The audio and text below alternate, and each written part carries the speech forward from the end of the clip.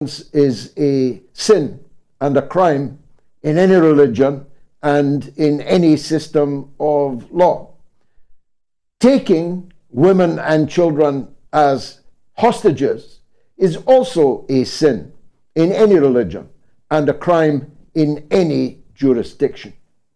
Therefore, the prison break, which I talked about at some length on Sunday, and which has now attracted more than 10 million viewers of what I have had to say in the last 72 hours, was, of course, entirely to be expected, as Gideon Levy, the greatest living Israeli, pointed out pointedly, powerfully, emotionally in the hours after the event. But the subsequent events included war crimes and crimes against humanity. Of course, the lie machine has gotten to work on what happened after the prison break occurred. All kinds of horror stories, many of which have now had to be walked back, or in the case of the LA Times, recanted, were clearly the products of the feverish workings of the propaganda lie machine. In parenthesis, I point out to you, courtesy of my good friend Ian Puddock, that on this day, 33 years ago, a suitably veiled young woman appeared in front of the United Nations, described as a nurse from the hospital, the children's hospital, the maternity ward in Kuwait City, and she tearfully, sobbing through her veil, pious, you see, couldn't be identified, sobbing through her veil, she told the world that she had personally witnessed Iraqi soldiers removing babies from their incubators, throwing them on the floor, stealing the incubators, unplugging them from the wall, and taking them away back to Iraq.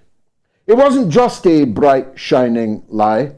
It was an expensively purchased lie. A public relations firm in Washington had been hired to manufacture the lie. And the young woman behind the veil was not a nurse, had not been in Kuwait, and had not seen what she claimed to have seen. She was the daughter of the Kuwaiti ambassador in Washington, D.C., hence the need for a veil. I close the parenthesis now because I'm going to get on to very sensitive topics. When I learned that 40 Israeli babies had been decapitated by Hamas individuals who had been part of the prison breakout, I was filled with a dread, a chill that I cannot properly describe to you. If this story had been true, it would have joined the annals of the most depraved, debased, cold-blooded murder, slaughter of the innocents in all history. I immediately doubted it, of course, for lots of reasons. The first was that if this had really happened, the gigantic, best in the world, best in class Israeli propaganda machine would have immediately removed any doubt about whether or not it had happened. We would have seen the pictures, at least of the children while they were still alive. We probably would have seen the blurred images of the decapitated babies. But we have seen none of those things.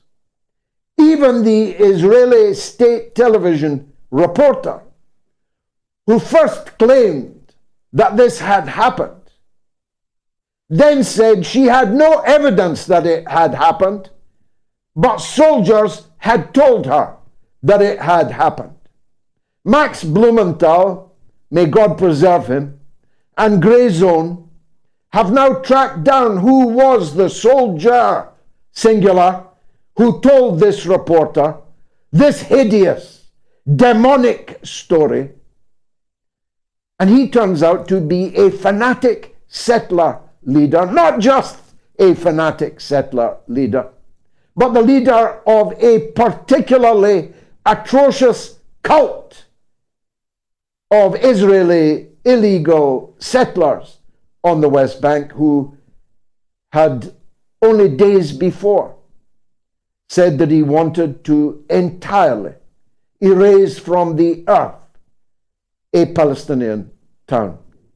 This story was a lie, just like the Iraqi incubator story, just like Gaddafi giving Viagra to his soldiers to carry out rapes in Libya before the Islamist fanatics were helped into power in Tripoli by France, Britain, and the United States of America. Just like so many fake atrocity stories which are manufactured to manufacture consent for what is about to happen or what is already happening. This story was a foul lie. The liar will never be judged in this life. But the Western journalists, and I include every single British newspaper that ran with this story on their front pages today, even though by the time the paper had come off the press, even Sky News was saying that they would not broadcast this story because it was completely unverified, that they had asked the Israeli army 3 times if the story was true, and had not yet, they said, and I can add, have not now had this story verified. It is a lie. And if the crime would have been as grave and depraved a crime as can possibly be imagined, the crime of inventing it to distract attention from the actual decapitation of hundreds of Palestinian children under the bombardment in Gaza, itself ranks in the annals of the sick art of atrocity propaganda to justify one's own atrocities. The hottest circle in hell awaits those, including some senior people, who ought to have known better, maybe did know better, retailed this story to justify the slaughter of the innocents in Gaza, on which they have made no comment at all. I've seen them, so have you, or you wouldn't be here. These children, charred remains of children, being carried out of burning buildings, collapsed buildings. You've seen them.